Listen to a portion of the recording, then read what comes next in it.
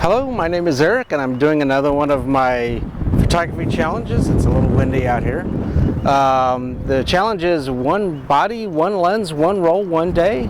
I'm doing something a little different today. I picked up some film off of eBay, and it's 4 rolls of infrared, very expired infrared Kodak HIE film.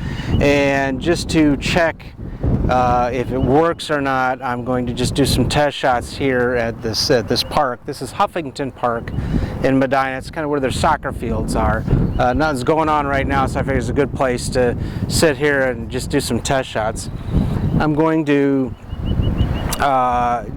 shoot the exposure and then just bracket, you know, like up to 5 stops, see if I can figure out where it needs to be for this particular film.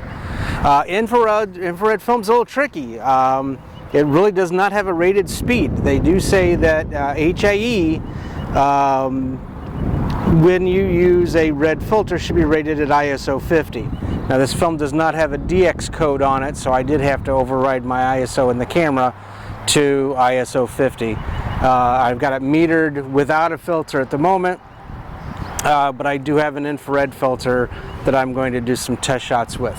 Today's camera is a Nikon N70 circa 1994. It's actually the first camera I ever bought for myself. I was shooting a Manual Minolta back at the time and came across this camera. It's like, this is an awesome camera. It has a couple cool things about it. Number one, it was the very first camera that Nikon introduced 3D matrix metering. And what that is it has to deal with critical flash distance. So when you put a Nikon flash on top of it or use the pop-up flash, it was practically impossible to get a bad flash exposure. Part of the reason behind that is if you take off the lens and lift up the mirror, the shutter curtain, which is normally black on most cameras, is actually photographic 18% gray. And when the camera metered for flash, it used that as its balance point. So it's really, really impossible in any automatic modes to get a bad flash exposure when you had a D series lens that could send that information and the appropriate flash. Well, I'm not using a flash today, but that was a cool thing about this camera. So I'm going to sit here and bracket some shots. Only has 20 shots on this particular roll, but if I can get a balance of what it needs to be shot at, with and without filter, then I will do a better, you know, walk around a park or something, especially after there's more greenery and stuff like that. All right, time to get some test shots. So just for my reference, and in case you guys really want to know, the initial shot was shot at about a 400th of a second at about f3.5. That was with no filter at ISO 50. So after I put the filter on, it's a true infrared filter. It's at 650 nanometers for those people who really want to pay attention to that. And it's blocked. It took it down to a 60th of a second, so it dropped it, you know, a good 3 stops. So 60th of a second, same thing, 3.5. I took a shot. Took a shot at 15th. Took a shot at a 5th. I'm going to take it down to 1 second just because this is also expired film and I don't know how it was kept.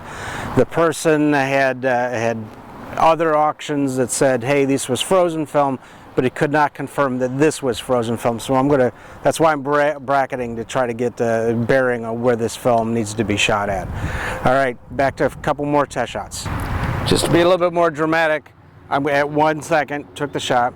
I'm going to go 5-second brackets. I'm going to go, well, no, I'm going to take it from 1 second. I'm going to do a 5-second exposure, do a 10, and then maybe a 20-second exposure. Camera can go to 30 seconds, but I'm going to just go that full gamut, just so I kind of know where I'm at. But this is also off for my record because I'm not. Okay, I just got done with my last long exposure, about 20 seconds long.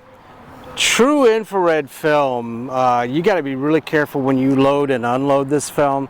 HIE especially when you go find it. It has to be loaded in complete darkness. Obviously, since I'm out here in a park, what I did is I put my coat over my camera as I loaded it, so that way no visible light whatsoever and very little infrared light. Ooh, a little bit windy there. Didn't get to it, and when I'm done with it, I'll kick it into rewind, but I won't take it out of the camera right away. I'm going to take it out in the car underneath my jacket, and then put it into its black canister, and then pretty much seal it until I take it to the lab, and I'll mark you know, dark room only, so that way they know that it's infrared film.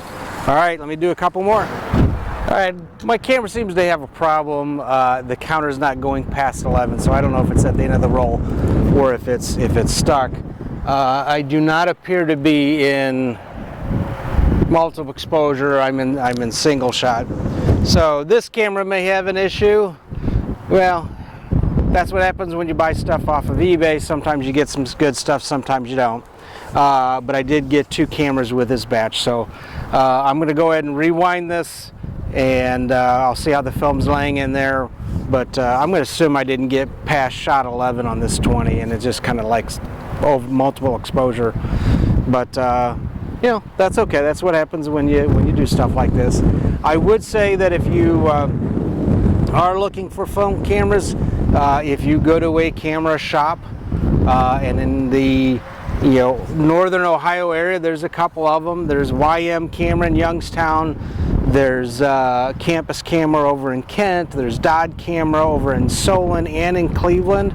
And then there's Pixel Connection, I think in Avon. There's a couple other shops, I believe. But okay, so I'm at Huntington Park, and last week I brought a camera out. It was a Nikon N70. Told you a little bit about that, and shot a roll of infrared film.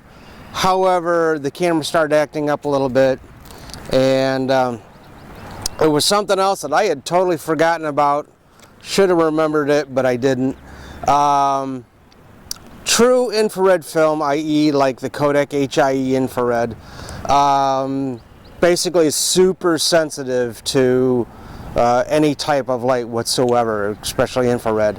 And what I forgot is a lot of the autofocus film cameras, their built-in winding mechanism uses an infrared counter on the tracks of the film to gauge the spacing between the next frame. That's how it advances.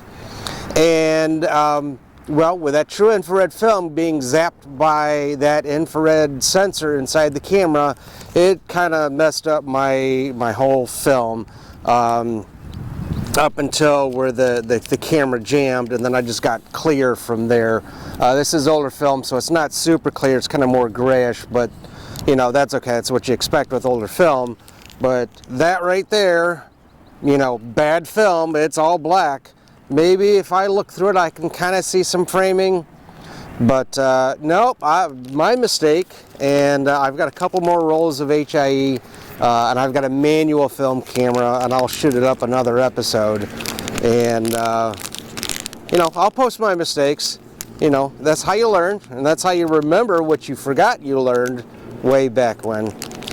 All right, if you liked the video, all right, didn't like the results, I don't, but that's, you know, that is what it is. Feel free to like the video, share the video, comment on the video, your own experience with infrared film. And I'm gonna give this park another chance. I got a different camera with me. Probably going to be my Pentax 645 again. I've got some black and white loaded. That's probably going to be a future episode. All right, catch you later.